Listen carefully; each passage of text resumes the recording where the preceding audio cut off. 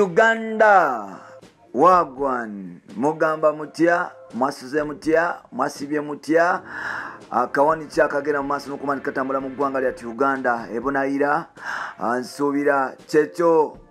omukwano gwa Bruno K segukola omukwano gwa Bruno K segukola Farida Nakazibwe mukama yali kimanya Farida Nakazibwe ne Bruno K omukwano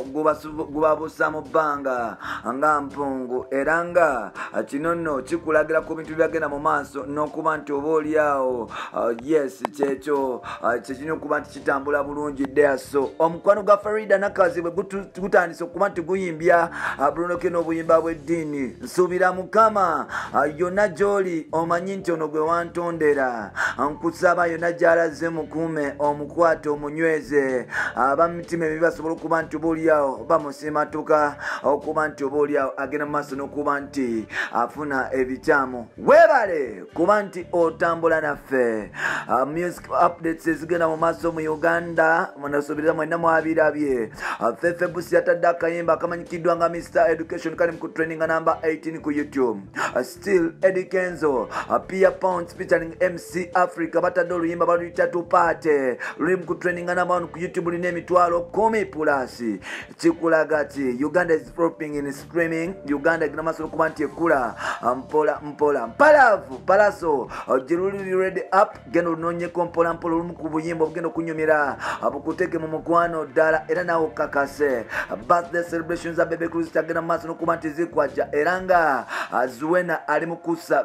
bebe obuwomi myaka 2 naye bali mu kwefumita oyinza okulowooza abakefuna mpola tukwaniriza ku mukutu gwaffe omuganzi ogumanyikiddwa nga Uganda Mukamoli amanya nedobozi Vampita Ntambi Jimson number 1 Rich Boy Mark Sudi Junior made in Uganda. Yes, Kamuli is where I come from. Atenga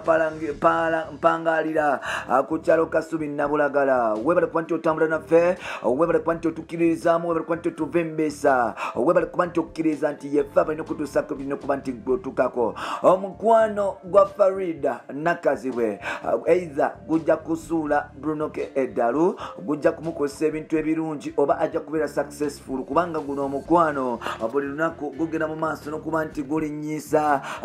Bruno K oba gugenda gulinnya ku bwongo bwa Bruno K era nga Bruno K tasobola kuba nti asigala kyekimu atandise okuba nti ayimba obuyimba obw'omukwano obw'obusaaliza kwogatta n'okuba nti ayimba obuyimba bw'eddiini obugezako okuba nti oba oliawo busikiriza Farida okusobola okukkiriza nti ono omusajja atya Allah oba Katonda w'omuweekend oba Kibumba w'omuweekend nti omusaada ono ajja mu maiso n'okuba nti atya Katonda era ng'omukwano gwajja mu maiso n'okuba nti amuwa n'ogusinga bukalamu irala mwebale kuba nti mutuwuliriza mwebale kuba nti mutwagala yes omukwano gwa Bruno K Farida Nakazibwe nkugambye guno gugenda kuba nti gubasa mukabu recently Bruno K yavudde n'ayimba obuyimba nga abuyimbira Farida n'agamba nti yes mazima ddala kimanyi mukama gy'oli era nga gwe yatonda omulungi Farida nkimanyi nti n'omuleta ku nsi notonda nange Uncle Bruno K nkimanyi nti gwe yatuleta wano era nga nkimanyi bulungi nti buli kimu kyenkola gwasooka buli kimu bahani wange kyakola gwasooka okuba nti amukulembera buli lukya nongera kweyongera okwagala omwana ono era nga buli lukya nyongera okuba nti oba oliawo ndowooza ku Farida wange yadde nga bingi ebikyagenda mu maaso n'okuba nti bintabukako naye ng'ate nkimanyi bulungi nti gwe wooli ogenda kuba nti interveninga mu nsonga zaffe n'abo bonna abagenda mu maaso n'okuba nti oba oliawo baagala tuwabya nedda kafuwe tebajja sobola kuba nti batuwabya nga mukama wooli nsuubira kana kayimba yabadde ayimba kayimba ka Juliana Kanyomoza akamanyikiddwa nga amazima ddala mukama nkimanyi gy'oli yes bwe nzijukira we wanzija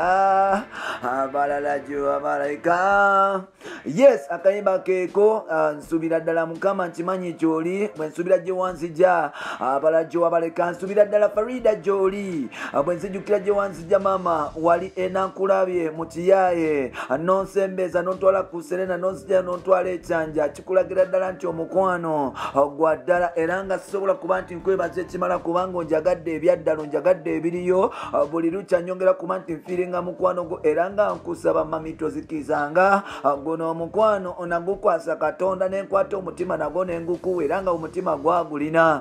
nyongera okuba nti nkusaba oleme kunvangamu era nga buli lunaku omukwano gusobole okuba nti gweyongera nkimanyi bulungi nti sinzatuukiridde era nga siri mugagga nnyo naye ate wagenda okunjagala nga ndi mu mbeera mbi ddala era nga nkimanyi bulungi nti ndiyala bulungi so n'olwekyo tewafa ku yala zange tewafa ku ndabika yange wafa ku mutima gwange n'omukwano oba oliawo gwe nalina omungi gy'oli kyova olaba nasalawo okuba nti nguma nsobola okuba nti nkukwatirako ddala nsobola okuba nti nyingira n'okukkiriza okuba nti onfugamu bebi gwe asinga nkimanyi bulungi nti gwe ddagala era gwe musawo ebyo byonna ebiruma gwabivumula kubanga empisa gwagirina ate nga n'ekikolo gwakirina yegwe ekikolo yegwe ddagala ate nga bwe kiri Bruno bwagamba Farida ajjukira mpola mpola bino ebintu bikyabuzaabuza naye ng'ate bituufu bu outing bonna babeera bonna buli lunaku bongera mu maaso n'okuba nti obaoliawo bagenda mu maaso n'okutwalinga Uganda babiri abaana be babeerawo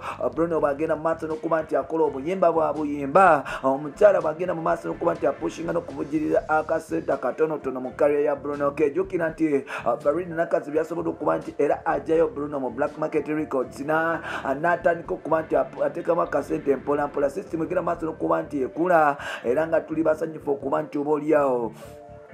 byali ebyokusaaga bigenda mu maaso n'okuba nti byeyongera ojja kwebuuza nti 36 dating ati omwana w'emyaka 27 ebyo nno genda obyebuuze bulungi kubanga omukwano teguliko myaka ages just numbers nga bwe bagamba yoyo Farida Nakazi bwe ne Bruno ke omukwano nkugambye gomugusula ku mutwe nga nviiri gomusula gomusiiba ku mutwe nga nviiri era agenda mu maaso n'okuba nti agwenyumiriza mwebale kuba nti otambula naffe amanya n'eddoboozi bamutantambi Jimso namba Richboy Maxud Junior made in Uganda. Bye bye for now.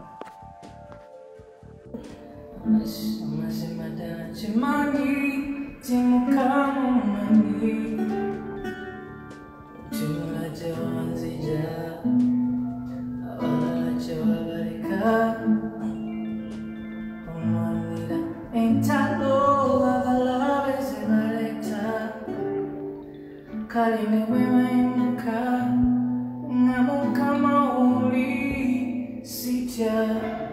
si songa tenga sina mani